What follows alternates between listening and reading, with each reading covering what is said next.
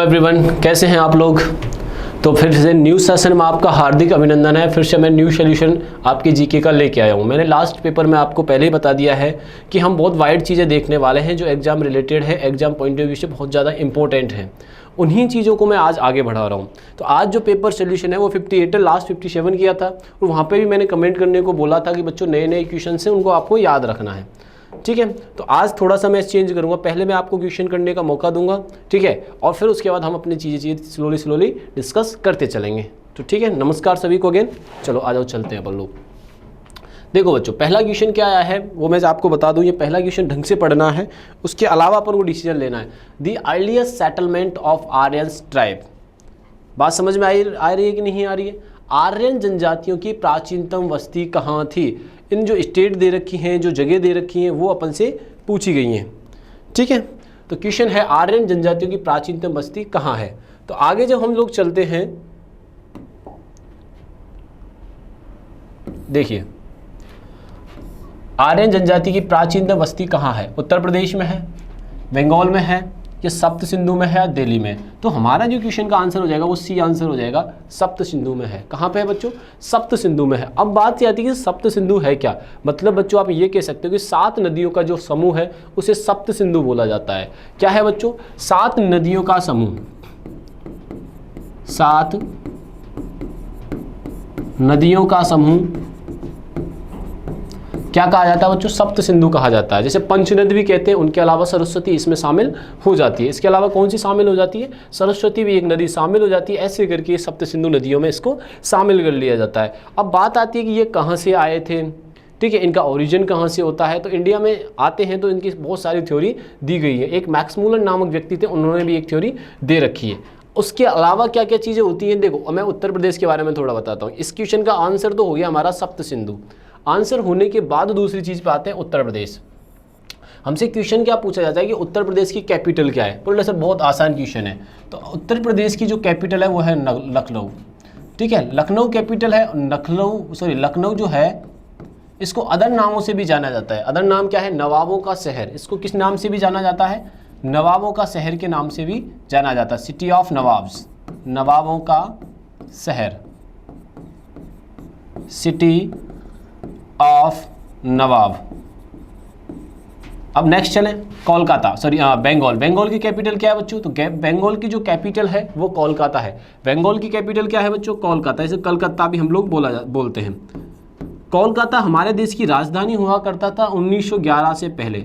1911 के बाद नई दिल्ली बना दिया जाता है। दिल्ली दरबार जो लगता है उसके बाद दिल्ली दरबार, थर्ड दिल्ली दरबार 1911 में लगता है। थर्ड दिल्ली दरबार लगने के बाद कौन आया था सबसे इंपॉर्टेंट व्यक्ति, जॉर्ज पंचम। ये आप लोगों को यहां से ध्यान रखना है। बात समझ में आई कि नहीं आई, सारे एलिबरेट हो चुके हैं। और दिल्ली जो है हमारे देश की राजधानी है, कैपिटल है। और इसको राजधानी कब बनाया गया था, 1911 में। दिल्ली दरबार के बाद ही देश की राजधानी बनाया गया। और इस क्वेश्चन का जो आंसर होगा, आर्यन जनजातियों की प्राचीनतम बस्ती कौन सी है, तो वो है सप्त सिंधु। अब नेक्स्ट क्वेश्चन पे चलते हैं बच्चों, आ जाओ नेक्स्ट क्वेश्चन देखते हैं। आ जाइए, नेक्स्ट क्वेश्चन क्या है, which one of the following mineral does not contain oxygen. यहां से क्या है बच्चों, निम्नलिखित में से किस खनिज में ऑक्सीजन नहीं होती है। हेमेटाइट, ठीक है, बॉक्साइट, कैल्साइट या क्रोलाइट। ठीक है, क्रोलाइट। अब इसको देखते हैं अपन आसानी से। अब क्रोलाइट जो है हमारे क्वेश्चन का जो आंसर हो जाएगा, क्रोलाइट हो जाएगा बच्चों। क्या हो जाएगा, क्रोलाइट हो जाएगा। अब क्रोलाइट में बहुत ही कम, मतलब ना के बराबर ऑक्सीजन मिलता है और ये बहुत ज़्यादा रेयर है बच्चों। ये ऐसा एक कंटेंट है या मिनरल है, ऐसा मिनरल है कि जिसमें बहुत कम क्या मिलता है, ऑक्सीजन की मात्रा होती है, ना के बराबर आप इसको कह सकते हो। और बहुत रेयरली मिलता है ये, ऐसे नहीं हर जगह पे मिल जाएगा, रेयरली बहुत मिलता है ये। बात समझ। और ग्रीनलैंड और फिनलैंड जो जगह है वहाँ पे मिलता है। तो मैं आपको क्या लिख देता हूँ, इस क्वेश्चन का आंसर तो क्रोलाइट है। क्रोलाइट होने के साथ साथ दूसरी बात क्या रखनी है, ये बहुत ही रेयर है मिनरल। कैसा मिनरल है बच्चों, ये बहुत ही रेयर खनिज है। पहली बात समझ में आई कि नहीं। और ये फिनलैंड में, और ठीक है, फिनलैंड में क्या होता है बच्चों, ये मिलता है। फिनलैंड के अलावा एक और जगह है ग्रीनलैंड, मेनली ग्रीनलैंड, वहां पे मिलता है। और मेनली एक आप ध्यान रखना, फिनलैंड में ही मेनली मिलता है। ये बात आपको यहाँ से ध्यान रखनी है। और इस क्वेश्चन का आंसर क्या हो जाता है, मैक्रोलाइट हो जाता है। अब बताओ इसमें कोई दिक्कत परेशानी हो तो। चलें आगे, नेक्स्ट क्वेश्चन करते हैं, आ जाइए। आगे देखिए, वृक्क के आकार के, क्या बच्चों, वृक्क के आकार के द्वार कोशिकाएं किस में होती हैं। अब बेटा देखो, इसमें आकार पूछा गया है। The kidney shaped guard cells are present in, अब देखिएगा, डिकॉट प्लांट्स यानी द्विबीजी पादपों में, मोनोकट एक बीजी पादपों में, एल्जिया शैवाल में, या बोथ द एबव। ये जो सारी चीजें दे रखी हैं उन सब में मिलता है। देखो मैं आपको बता देता हूं, वृक्क के आकार, वृक्क के आकार से मेरा मतलब है किडनी के आकार का। किडनी जब आकार होता है ऐसे करके होता है, 2 किडनी अपने होती हैं, ठीक है, फिर इससे ऐसे करके ये सारी चीजें हो रही, मूत्राशय से जो क्या होता है निकल रहा, तो अपन को ये पूछा गया ये क्या आकार है, तो ये आपको दिख रहा होगा राजमा के आकार का दिख रहा है बच्चों। कैसे आकार का दिख रहा है, ये राजमा के आकार का। अब राजमा सबने सब्जी में खाया ही होगा, तो राजमा के आकार का जब दिखता है तो राजमा में देखिए कौन से आते हैं, डिकॉट प्लांट्स आते हैं बच्चों, द्विबीजी पादप आते हैं। ये बात याद रखो कि नहीं, डिकॉट प्लांट्स इसमें आते हैं। तो इस क्वेश्चन का जो आंसर हो जाएगा वो क्या हो जाएगा बच्चों, ए आंसर हो जाएगा। तो ये जो क्वेश्चंस करते हैं ना साइंस वाले क्वेश्चन, तो अपन जब थ्योरी पर ढंग से फोकस करते हैं तो आंसर निकल के आ जाते हैं, लेकिन जब थ्योरी पे फोकस हम प्रॉपरली नहीं करते ना तब दिक्कत हो जाती है। बॉस थ्योरी ढंग से पढ़नी है, क्लास प्रॉपर लेनी है, देन आप आंसर कर पाओगे इन चीज़ों के। नेक्स्ट चलते हैं, आ जाइए। हाइड्रोजन की खोज, ये तो सबको ही आना चाहिए, ये सबको आना चाहिए। हाइड्रोजन की खोज किसने की, ऑक्सीजन की खोज किसने की, कार्बन के बारे में किसने बताया, तो ये सारी चीज़ें पता होनी चाहिए। तो आओ अपन आगे बात करते हैं। अब देखो मैं आप पे छोड़ता हूँ इस क्वेश्चन का आंसर, तो हाइड्रोजन की खोज कौन करता है बच्चों, हाइड्रोजन कौन खोज करता है। आओ आगे चलते हैं। हाइड्रोजन की खोज किसने की, बॉयल ने, चार्ल्स ने, कैवेंडिश ने, या प्रिस्टले ने। आओ आगे, आंसर तो हो जाएगा सर कैवेंडिश। किसने खोज की थी, कैवेंडिश ने की थी। सर प्रिस्टले नाम का भी एक व्यक्ति था कि नहीं था, आप बताओ ये चीज़। तो अपन जब देखते हैं कि हाइड्रोजन की खोज कौन करता है, कैवेंडिश करता है। कौन कब करता है, 1766 को करता है। अब यहाँ से एक और क्वेश्चन बन जाता है, सर ऑक्सीजन की खोज किसने की थी। और मैंने जब लास्ट पेपर में क्वेश्चन दिया था कमेंट बॉक्स में कि सर कंप्यूटर के जनक कौन कहे जाते हैं, तो कंप्यूटर के जनक कहे जाते हैं चार्ल्स बेबेज। कई बच्चों ने कमेंट भी किया था, तो चार्ल्स बेबेज को कहा जाता है बच्चों। किसे कहा जाता है, चार्ल्स बेबेज को कंप्यूटर का जनक कहा जाता है। अब देखो प्रिस्टले, ये वही व्यक्ति है जिसने ऑक्सीजन की खोज की थी। किसने की थी, ऑक्सीजन की खोज प्रिस्टले ने की थी। आगे देखिए, और कैवेंडिश ने किसकी खोज की थी, हाइड्रोजन की। अब आपसे मैं एक और क्वेश्चन पूछता हूं कि सर हमारे ब्रह्मांड में सबसे ज़्यादा गैसेस कौन कौन सी मिलती हैं, तो ये आपको कमेंट बॉक्स में बताना है। जो हमारा स्पेस है, यूनिवर्स है, यूनिवर्स में सबसे अधिक गैसेस कौन कौन सी मिलती हैं, यूनिवर्स में सबसे अधिक गैस कौन कौन सी मिलती है, ये आपको कमेंट बॉक्स में बच्चों बताना है। बताओ क्लियर हुआ कि नहीं हुआ। यूनिवर्स में सबसे ज़्यादा जो गैसें मिल रही हैं वो कौन कौन सी मिल रही हैं। अब दोबारा एक बार देख ले, प्रिस्टले ने किसका किया था, ऑक्सीजन का किया था। कैवेंडिश ने किसका किया था, कैवेंडिश का किया था हाइड्रोजन का। बात समझ में आई कि नहीं आई, क्लियर हुआ कि नहीं हुआ। आ जाइए नेक्स्ट चले। अब नेक्स्ट जब चलते हैं तो नेक्स्ट क्वेश्चन पे आते हैं। आ जाइए बॉस, इस क्वेश्चन का फिर से इकोनॉमिक्स आ गई। मैं इकोनॉमिक्स का आपको सीधा सीधा आधार बता चुका हूँ, बेस बता चुका हूँ कि ऑक्सीजन क्या, पिछले वाला क्वेश्चन याद रहा मेरे को। तो ऑक्सीजन क्या, जब भी अपन को इकोनॉमिक्स के क्वेश्चन करने हैं, अपन को प्रैक्टिकल चीज़ें करनी है बच्चों।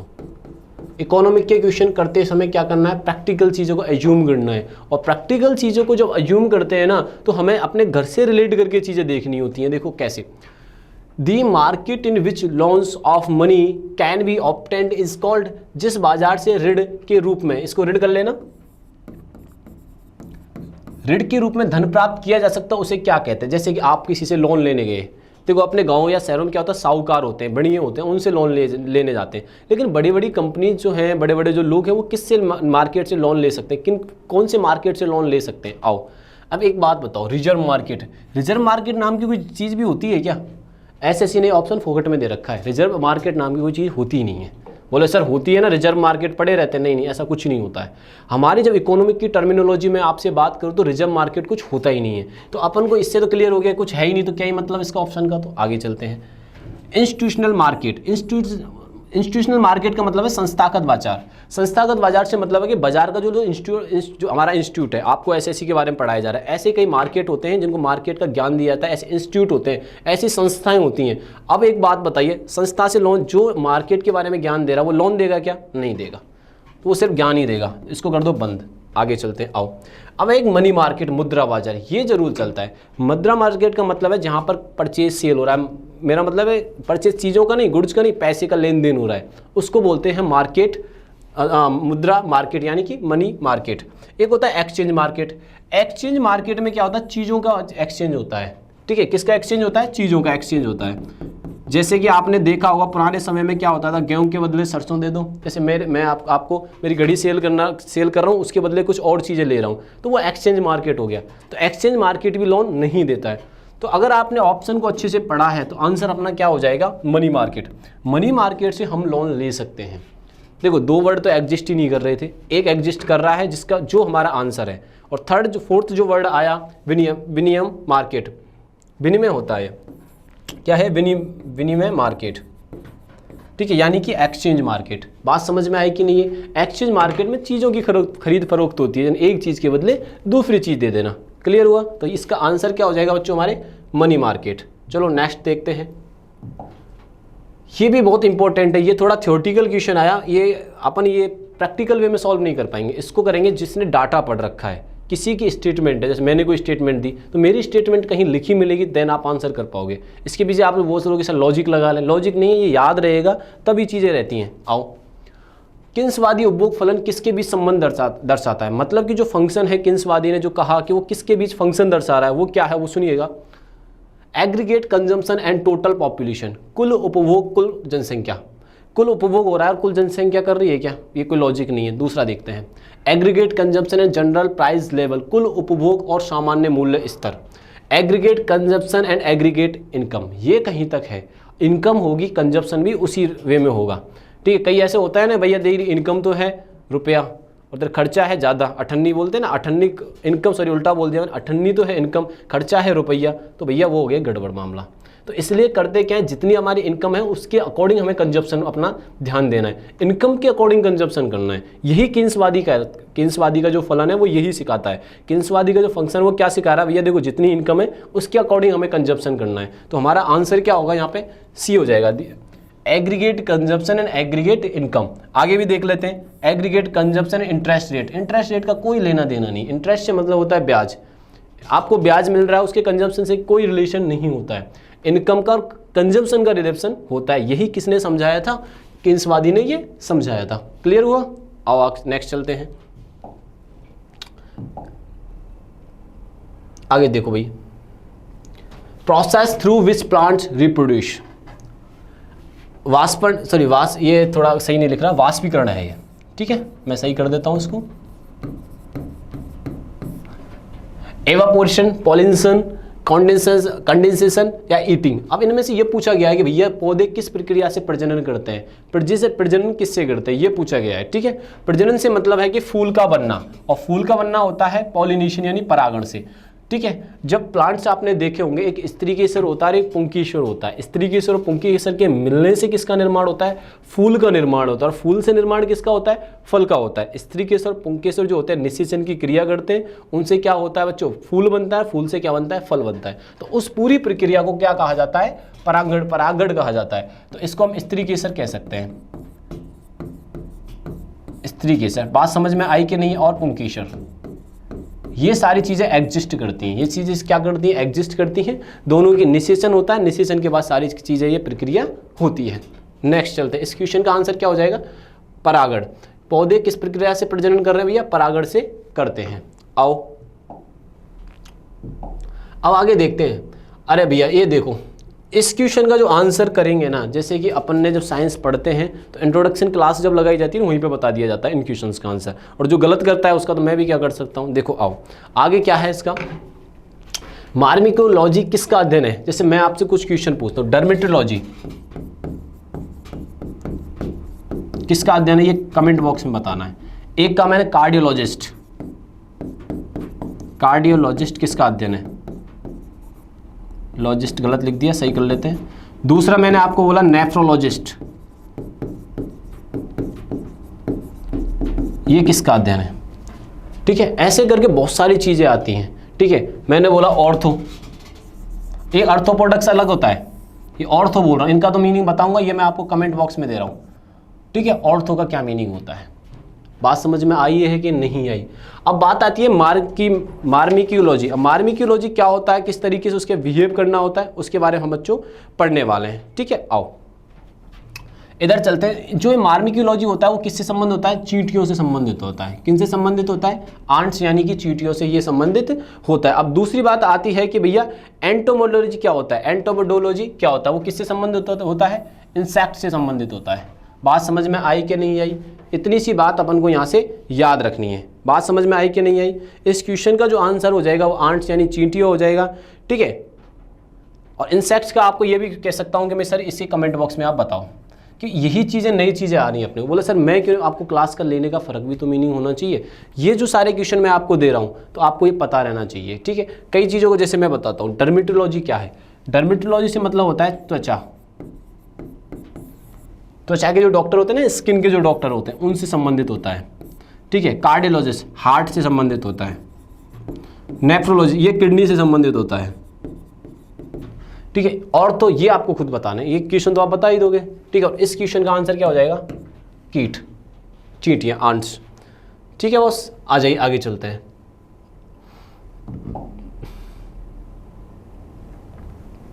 आइए, कोई राज्य उन अधिकारों द्वारा जाना जाता है जिन्हें वह बनाए रखता है। वो किसका कथन है, कोई राज्य उन अधिकारों द्वारा जाना जाता है जिनके वो बनाए रखता है, किसका कथन। अब सुनना मेरी बात, इसका स्टेटमेंट का मतलब क्या है। जैसे कि देखो हमारे संविधान लिखा हुआ है, ठीक है, कॉन्स्टिट्यूशन लिखा हुआ है कि कॉन्स्टिट्यूशन में क्या क्या गया है कि किस व्यक्ति का क्या अधिकार है, क्या राइट्स है। जैसे मैं हूँ एक नॉर्मल पर्सन को मेरे क्या राइट्स हो सकते हैं, आप स्टूडेंट हैं तो आपके क्या नॉलेज राइट्स हो सकते हैं। तो ऐसे करके चीज़ें अपने बारे को इलोबरेशन कर रहा है। तो किसने ये कहानी कही कि भैया देखो लोगों के अधिकार लोगों के अंडर में होंगे। ठीक है, लोगों को अधिकार अपने जानने चाहिए, ये किसने कहा, ये आपसे पूछा गया है। ठीक है, मैसाई वीवर ने कहा, J.S. मिल्स ने कहा, ठीक है, मैकियावेली ने कहा या लास्की ने कहा, ये अमल से पूछा गया है। ठीक है, तो ये जो कहा है लास्की ने कहा है, किसने कहा है, लास्की ने कहा है। लास्की ने कहा है कि बिना किसी भेदभाव के सभी लोगों को बराबर का अधिकार देना। बिना किसी भेदभाव के, मैं आप इस लैंग्वेज को आसान बना देता हूं, बिना किसी भेदभाव के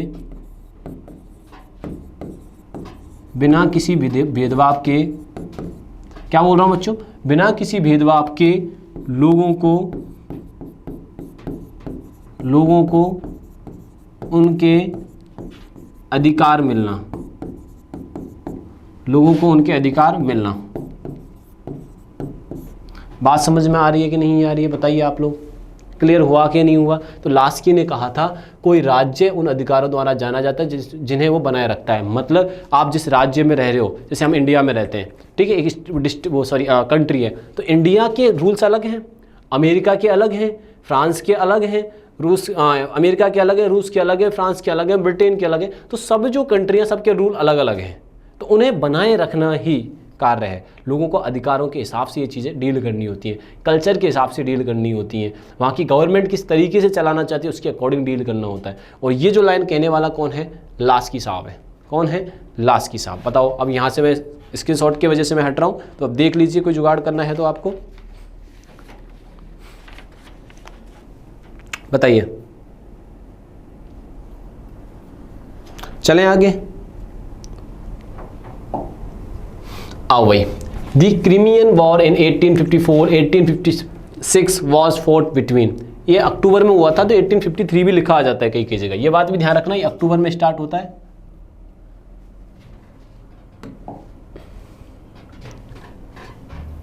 देखिए ये अक्टूबर में भी होता है ना, तो अक्टूबर के कारण कई लोग इसे 1853 भी लिख देते हैं, अपन ने 1854 लिख रखा है। ठीक, क्योंकि क्वेश्चन ऐसे ही आपसे एसएससी में पूछा गया था। 1854-1856 वॉज फॉट बिटवीन।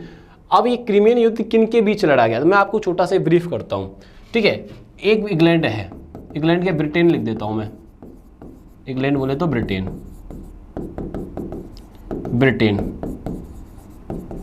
टर्की। ये जो अगेंस्ट लड़े थे ना, वो रूस के लड़े थे बच्चों।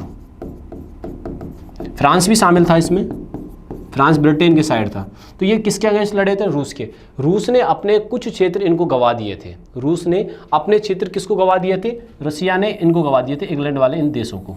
तो अब ऐसे मोटा मोटी तौर पे कह सकते हैं इसकी हार हो जाती है, बट ऐसे हार का वर्ड में ऐसे में उचित नहीं होगा वर्ड करना, क्योंकि चीज़ें गवा देता है। गवाने का मतलब ये नहीं कि इसकी हार हो गई है, ठीक है। तो अब किन के बीच लड़ा गया? रूस और इंग्लैंड के मध्य। अब ये पूछा गया है कि ये, अब इन ऑप्शनों में से पूछा गया है कि कौन सा आंसर होगा। देखो आओ, मैंने लिखा रशिया एंड टर्की, बात सही है। आगे देखो, आगे देखो, यूएसए और इंग्लैंड। इंग्लैंड तो था लेकिन यूएसए नहीं था, तो ऑप्शन ही कट हो गया। रूस एंड जापान, जापान नहीं था, रूस था, सही है। इंग्लैंड एंड फ्रांस, इंग्लैंड और फ्रांस तो एक ही पार्टी के लोग थे। इंग्लैंड और फ्रांस तो एक ही पार्टी के, तो ये भी नहीं था। आंसर क्या हो जाएगा? रूस एंड टर्की। आंसर क्या हो जाएगा बच्चों? रूस एंड टर्की। तो आंसर इज ए। बात समझ में आई कि नहीं आई? ये इंग्लैंड, ब्रिटेन, टर्की, फ्रांस, ये सारे के सारे एक ही कंट्री के, एक ही हिस्से में थे, और ये अगेंस्ट किसके लड़ रहे थे? रूस के लड़ रहे थे। रूस ने अपने क्षेत्र गंवा दिए थे, ये बात आप लोग यहाँ से ध्यान रखिएगा। अब बताओ कोई दिक्कत है कि इसमें? आप लोग देख लीजिए, ठीक है। जैसे डैन्यूब डेल्टा वगैरह वगैरह इन्होंने गंवा दिए थे। यहाँ पे आ जाइए 36, बिंदुसार। आ जाइए भैया, ये बहुत इंपॉर्टेंट है, किसी के राजा बनने में सार करता है। बिंदुसार के शासनकाल में, शासनकाल के दौरान अशांति कहाँ थी? बिंदुसार जब राज्य जब कर रहा था, ये अशोक के फादर थे, ये बात ध्यान रखना, अशोक के फादर होते हैं। तो ये क्या कर रहे थे भैया? कहाँ, मतलब बिंदुसार के शासन के दौरान अशांति कहाँ थी? उज्जैन में, ठीक है, पुशलावती में, ठीक है, तक्षशिला में, या राजगृह में। तो जो अशांति फैली हुई है किसके टाइम पे? बिंदुसार के टाइम पे। वो फैली थी भैया तक्षशिला में। इस अशांति को शांति में बदलने के लिए, यहाँ पर ऐसे मैं एक वर्ड का यूज करूँ, विद्रोह को दबाने के लिए, ठीक है, एक स्पेशल व्यक्ति को भेजा जाता है जिसका नाम था अशोक। इसी तक्षशिला के, बिंदुसार के टाइम पर अशांति कहाँ फैली हुई थी? तक्षशिला में। और तक्षशिला की अशांति को दूर करने के लिए, तक्षशिला की अशांति को दूर करने के लिए किसको भेजा जाता है? अशोक को भेजा जाता है। बात समझ में आई कि नहीं आई? ठीक है, आपसे क्वेश्चन क्या पूछा जा सकता था यहाँ से कि तक्षशिला की अशांति को दूर करने के लिए बिंदुसार ने किसको भेजा था? ठीक है, तो किसको भेजा था भैया? अशोक को भेजा था। किसको भेजा था? अशोक को। तो आंसर इज, सॉरी, अशोक तो आंसर नहीं होगा, हमारा क्वेश्चन अलग तरीके से पूछा गया है। तो क्या आएगा इससे? आप कहाँ पे अशांति फैली हुई थी? तो फैली हुई थी तक्षशिला के अंदर। क्लियर हुआ? चलो नेक्स्ट क्वेश्चन करते हैं। ये देख लो भैया, ये तो भाई जिसको नहीं आया ना वो हिस्ट्री गलत ही पढ़ रहा है। ये क्वेश्चन जिसको नहीं आया ना वो हिस्ट्री गलत ही पढ़ रहा है, मैं आपको सीरियसली बता रहा हूँ बच्चों, ठीक है। आओ, दिल्ली सुल्तान का शासन कब प्रारंभ होता है? दिल्ली सल्तनत आप लिख सकते हो इसको, ठीक है, दिल्ली सल्तनत भी इसको लिख सकते हो आप,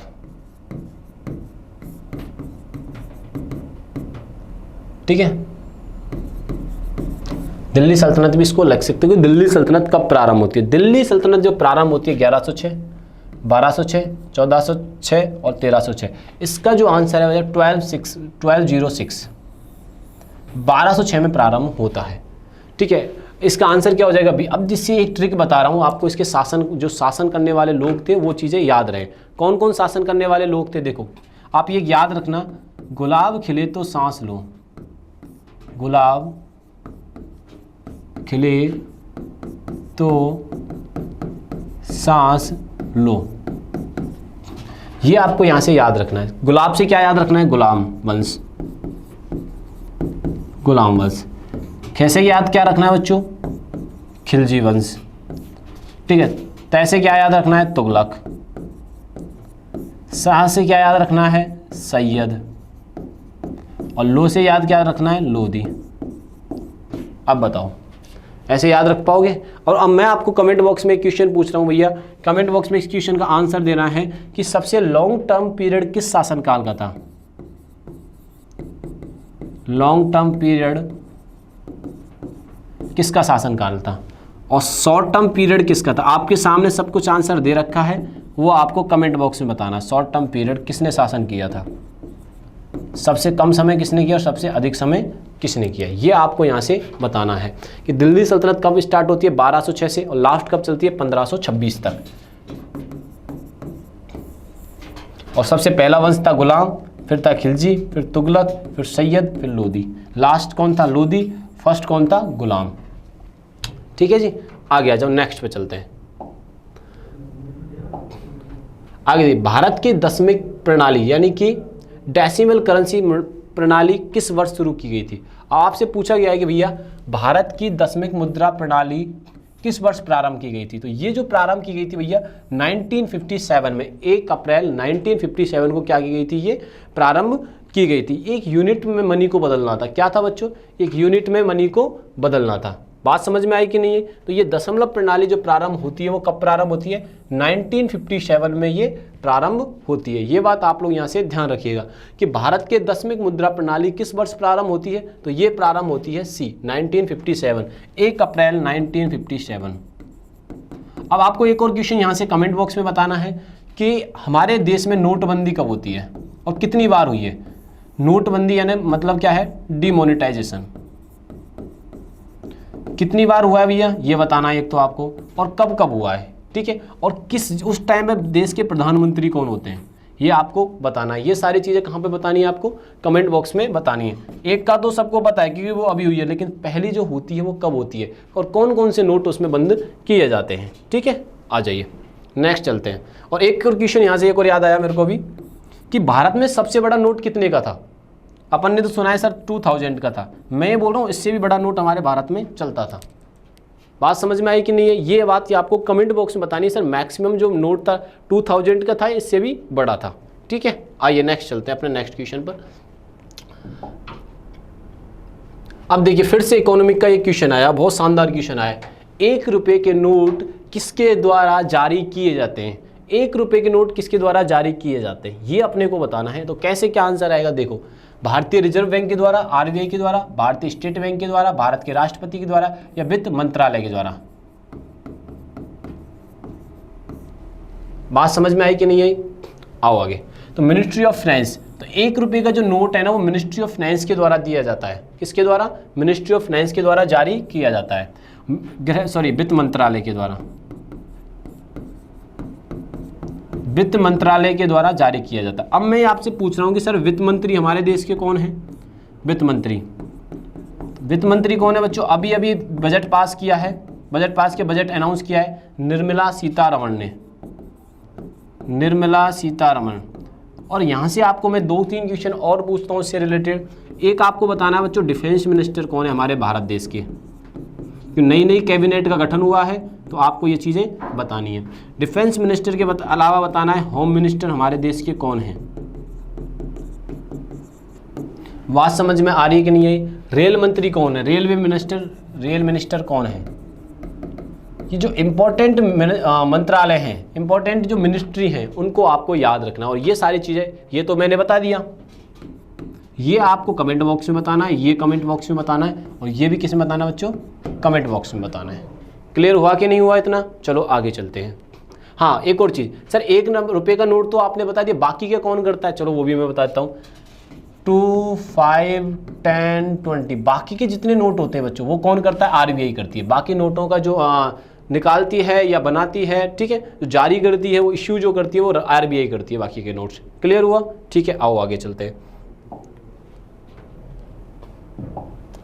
पनामा नहर सुएज नहर से किस प्रकार भिन्न क्यों है? पनामा नहर सुएज नहर, मैं इसके बारे में थोड़ा बताता हूँ। पनामा और सुएज नहर के बनने से, ये आर्टिफिशियल नहर हैं दोनों के दोनों, इनके बनने से बच्चों क्या हुआ है कि विश्व में जो व्यापार करना है ना वो आसान हो गया है। क्यों? कि सबसे बड़ी दिक्कत जो आती है ना व्यापार करने के लिए, बिजनेस करने, वो ट्रांसपोर्टेशन की आती है। इन 2 नहरों के बनने से ट्रांसपोर्टेशन इतना आसान हो गया बच्चों कि जो कई हज़ार किलोमीटर का चक्कर लगा के जाते थे उनकी दूरी कम हो गई है, पहली बात तो, ठीक है।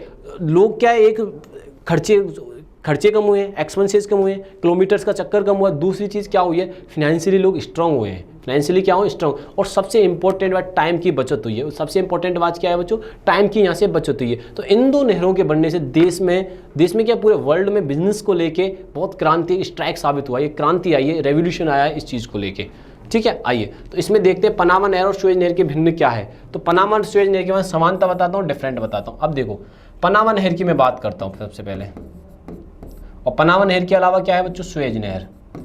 ये दोनों आर्टिफिशियल हैं बच्चों। कैसी नहरें? ये आर्टिफिशियल है, यानी कृत्रिम नहरें हैं।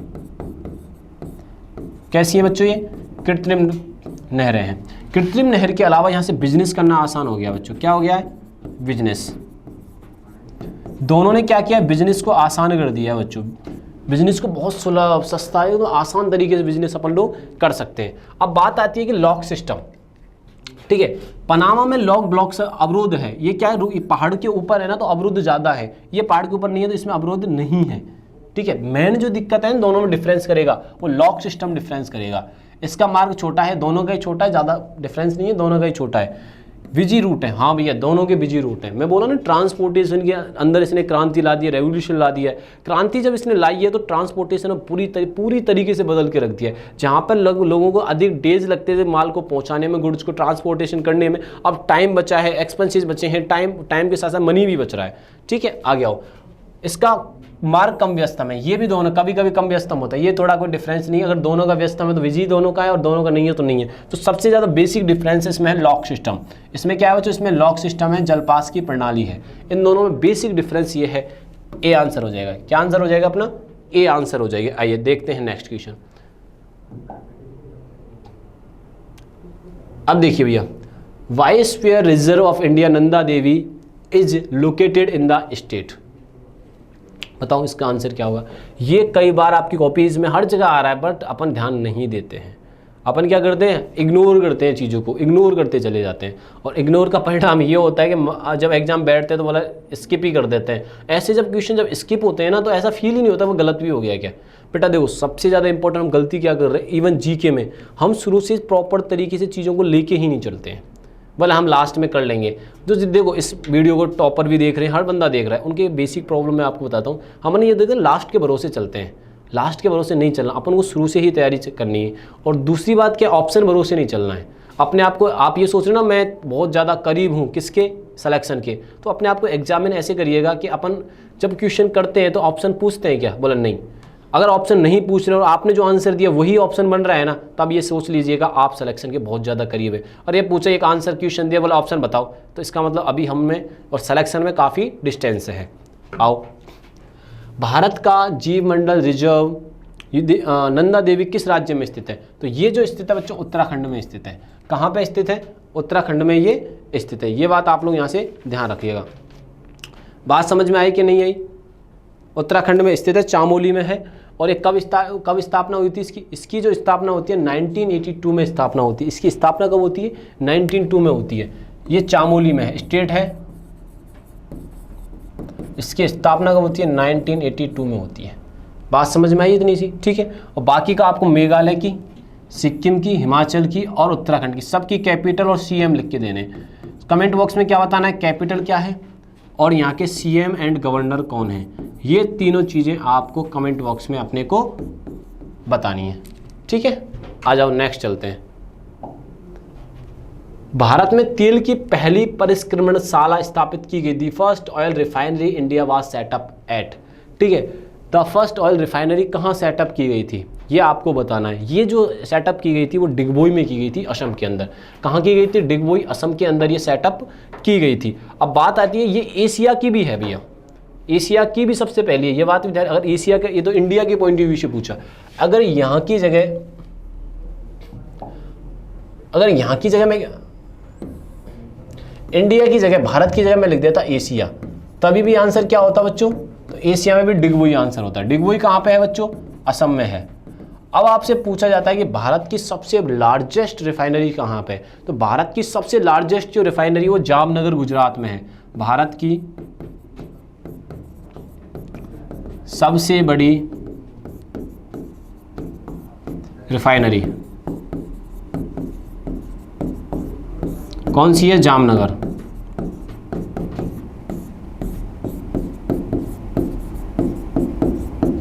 बात समझ में आई कि नहीं है। इस क्वेश्चन का आंसर क्या हो जाएगा, इस क्वेश्चन का तो डिगबोई है, भारत और एशिया की। और भारत की सबसे बड़ी रिफाइनरी पूछे तो जामनगर गुजरात में है, ठीक है। अब बताओ कोई दिक्कत है तो इसमें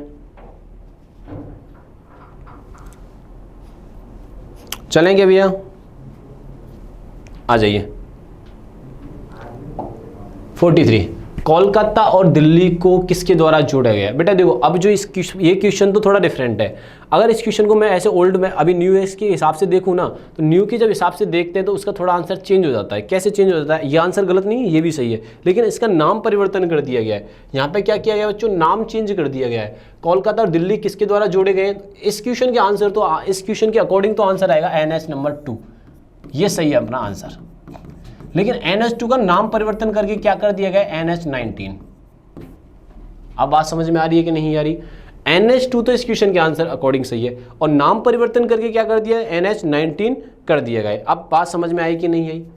ठीक है। अब यहां से क्वेश्चन क्या आता है कि सबसे बड़ा नेशनल हाईवे कौन सा है? सबसे बड़ा तो मैं बताता हूं NH7 है। ये ओल्ड नेम है बच्चों, ये क्या है? ओल्ड नेम है। आपको कमेंट बॉक्स में बताना न्यू नेम क्या है इसका। ये ओल्ड नेम है, ये बात ध्यान रखिएगा। ओल्ड नेम मैं लिख भी देता हूं, और उसका न्यू नेम क्या है ये आपको बताना है। इसका न्यू नेम आपको बताना है कमेंट बॉक्स के अंदर। ठीक है, आओ आगे चलते हैं, नेक्स्ट क्वेश्चन करते हैं। यूएसए में सैन फ्रांसिस्को में गदर पार्टी की स्थापना संस्थापक किसने की? स्थापना किसने की? संस्थापक इसमें से कौन है? अब आपसे ये क्वेश्चन पूछा गया है, जैसे who founded the Ghadar party in San Francisco in USA. तो सबसे पहले बात ये आती है, सर गदर पार्टी की जो स्थापना की गई है वो क्यों की गई है? गदर पार्टी की स्थापना क्यों की गई है? तो गदर पार्टी की स्थापना करने के पीछे जो टारगेट था, अंग्रेजों को उखाड़ फेंकना था। क्या था? अंग्रेजों को भारत से उखाड़ फेंकना, अंग्रेजों को भारत से उखाड़ फेंकना, ये हमारा टारगेट था बच्चों। ये हमारा क्या था? टारगेट था। बात समझ में आई? लेकिन स्थापना कौन ने की? किसने की? लाला हरदयाल, लाला लाजपत राय, अजीत सिंह या बिपिन चंद्र पाल। अब इसमें से क्वेश्चन आता है बच्चों। तो ये जो स्थापना की जाती है लाला हरदयाल के द्वारा की जाती है। आंसर क्या हो जाएगा? लाला हरदयाल के द्वारा की जाती है स्थापना। और गदर पार्टी का जो इस मतलब कि उद्देश्य था, अंग्रेजों को भारत से उखाड़ फेंकना था। भारत से क्या था बच्चों? उखाड़ फेंकना था। क्लियर हुआ इस क्वेश्चन का आंसर? अब आ जाओ नेक्स्ट क्वेश्चन पर। Which is the largest producer of hydrocarbon in the world? Hydrocarbon का सबसे बड़ा प्रोड्यूसर कौन है? हाइड्रोजन प्लस कार्बन का। तो जहां पर इंडस्ट्री सबसे ज़्यादा है, जो डेवलप कंट्री है वही होंगे आंसर इसका। तो इनमें सबसे ज़्यादा जो डेवलप कंट्री कौन सी है? यूएसए। तो हाइड्रोकार्बन का सबसे ज़्यादा उत्पादक भी वही होगा। ये क्वेश्चन क्या है? याद रखने वाले नहीं है, समझने वाले कंसेप्चुअल क्वेश्चन है। मैंने कहा सबसे बड़ा जो एमएनसी लगी हुई है, एमएनसी सबसे ज़्यादा उत्पादक कौन है? अमेरिका में हो रहा है। तो अमेरिका ही वह कंट्री है जो हाइड्रोकार्बन का उत्पाद सबसे ज़्यादा करेगी। तो अब देख लो ऑप्शन में यूएसए है कि अमेरिका। क्रीमिया दे तो बच्चा छोटा सा देश है, रूस कर सकता था, रसिया क्या कर सकता? कर सकता है, लेकिन अभी इतना प्रोडक्शन इसमें नहीं होता है। यूएई ये तो वैसे ही नहीं है। और देखो ये रहा आपका अमेरिका। आंसर आया कि नहीं ऑप्शन में? बस आपको क्वेश्चन ढंग से पढ़ना है। इकोनॉमिक और डाटा, जो डाटा रिलेटेड क्वेश्चन होते हैं, अगर आप उसमें कॉमन सेंस यूज़ करते हैं ना तो कुछ हद तक क्वेश्चन हो जाते हैं। और मैंने ये करके दिखाया है आपको, पिछले वाले पेपर में भी सेम किया था, अभी भी मैं सेम कर रहा हूँ। ठीक है, तो हाइड्रोकार्बन का सबसे बड़ा उत्पादक कौन है? अमेरिका। और कमेंट बॉक्स में बताना है कि अमेरिका की कैपिटल कौन सी है। विश्व की सबसे बड़ी मांस मंडी कहाँ है? विश्व की सबसे बड़ी मांस मंडी, सबसे बड़ी मांस मंडी कहाँ है? क्लियर हुआ? चलो नेक्स्ट क्वेश्चन करते हैं अपन। सरबजोत सिंह, जिन्हें जून 2024 में एक उल्लेखनीय उपलब्धि हासिल करने के लिए खबरों में है, ठीक है, निम्नलिखित में से किस खेल से जुड़े? ये बता दो भैया। ये अपना जो सरबजोत सिंह है ना, सरबजोत सिंह जो है ये जुड़े हुए हैं शूटिंग से बच्चों। किससे जुड़े हुए हैं? शूटिंग से ये जुड़े हुए हैं। ठीक है, ये अभी करंट का क्वेश्चन है, तो करंट का क्वेश्चन में थोड़ा आप करंट पढ़ रहे हैं तो आंसर आप कर पाएंगे। तो ये किससे जुड़े हुए हैं? ये शूटिंग से जुड़े हुए हैं। नेक्स्ट आ जाइए। मुंबई अंतर्राष्ट्रीय फिल्म महोत्सव का कौन सा संस्करण 15 से 21 जून तक मुंबई में आयोजित किया गया है? ये चीज़ अपने को यहाँ से बतानी है भैया, कौन सा ऑर्गेनाइज इसमें किया गया है। तो अब मुंबई और अंतर्राष्ट्रीय फिल्म महोत्सव का MIFF का कौन सा संस्करण यहाँ 15 से 21 जून तक मुंबई में आयोजित किया गया? अब देखिए, फिल्म फेस्टिवल आयोजित होते हैं, ठीक है। फिल्म से रिलेटेड चीज़ें होती है, जैसे एक छोटा सा एग्जांपल दे के दिखाता हूँ। जैसे दादा साहब फाल्के आपने सुना होगा, सिर्फ ये सुना होगा कि अवार्ड दिया जाता है, लेकिन उनकी जो उपलब्धियाँ हैं ना, उनकी उपलब्धियाँ हमने नहीं सुन रखी। अब मैं बोलूँ रणवीर सिंह की उपलब्धियाँ, वो तुम्हें पता है कि एनिमल मूवी आई थी उसकी। तो ऐसे करके जो हम करंट टाइम पर जी रहे होते हैं ना, वो चीज़ तो हमें याद होती है, ठीक है। वो चीज़ क्या होती है, वो तुम्हें याद होता है। लेकिन सबसे बड़ी दिक्कत कहाँ होती है कि जो चीज़ हमें पता नहीं है उनके बारे में नॉलेज हम कम रखते हैं। इसलिए मैं इस क्वेश्चन को कमेंट बॉक्स में डाल रहा हूँ। इसको क्या बोल रहा हूँ मैं, ये आपको कमेंट बॉक्स में बताना है, क्योंकि इसके पीछे एक दादा साहब फाल्के से रिलेटेड क्वेश्चन बनता है और ये मैंने कई बार आपको डिस्कस कर रखा है। तो अब आपको ये इस क्वेश्चन का आंसर क्या देना है, कमेंट बॉक्स में अगले देना है। नेक्स्ट क्वेश्चन आ जाओ 48 पर। Sift Kaur Samra who was seen in the news in June 2024 achieving the remarkable achievement is associated with which of the following sport? Tennis, shot put, shooting और वुसू। तो इस क्वेश्चन का आंसर भी क्या है, शूटिंग है बच्चों। ये किससे जुड़ी हुई है, ये जुड़ी हुई है शूटिंग से। ये जो व्यक्ति है शूटिंग से जुड़ी हुई है। ज़्यादातर जो बंदा पूछा जा रहा है आपसे, कौन डेथ हो चुका है, कौन पास हो चुका है, मतलब पास अवे कौन हो चुका है। दूसरा पूछा है कौन सा स्पोर्ट से संबंधित है। ये मेनली सबसे ज़्यादा रैंडमली आपके करंट से क्वेश्चन पूछे जा रहे हैं। तो ये दो चीज़ों पर आपको फोकस करना है। तो इस क्वेश्चन का आंसर क्या हो जाएगा, शूटिंग हो जाएगा। लास्ट एंड फाइनल तो नहीं है, सेकंड लास्ट क्वेश्चन करते हैं। हाल ही में न्यूयॉर्क में भारत और पाक के मैच के दौरान अमोल काले का निधन हो गया। वो निम्नलिखित में से किसके अध्यक्ष थे? मुंबई क्रिकेट एसोसिएशन के, चेन्नई क्रिकेट के, दिल्ली क्रिकेट के, बंगाल क्रिकेट के। तो इसका आंसर हो जाएगा मुंबई एसोसिएशन क्रिकेट के क्या थे, वो अध्यक्ष थे। कौन थे भैया, अमोल काले।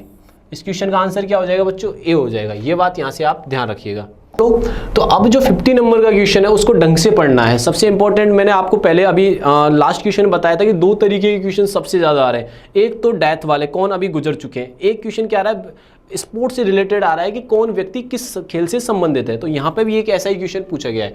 ये पूछा गया है कि भैया भारत के सुमित नागल ने जून 2024 में जर्मनी में हेलब्रॉन नेकर कप चैलेंजर जीता है। ठीक है, इसको सही कर लेंगे। चैलेंजर जीता, वो किस खेल से संबंधित है? हॉकी, टेनिस, बैडमिंटन और फुटबॉल। तो ये संबंध है किससे? टेनिस से ये संबंध रखते हैं। तो ऐसे सारे जो क्वेश्चंस आ रहे हैं अपन को इनको डीपली अध्ययन करना है। ये न्यूज़पेपर में भी बहुत सारे आ रहे हैं, आपके करंट अफेयर बुक में भी दे रखे हैं। तो उन्हीं से ही क्वेश्चन नए बन के आ रहे हैं, नया कोई ट्राई नहीं हो रहा है। अगर आप इनको ध्यान से पढ़ते हैं तो चीज़ें आसान हो जाती हैं, और नहीं पढ़ते हैं तो आप डिप्रेशन का शिकार होंगे, भैया हमसे क्वेश्चन में गलती हो रही है। तो हम फिर से मिलेंगे नेक्स्ट सेशन में, तब तक के लिए थैंक यू, धन्यवाद।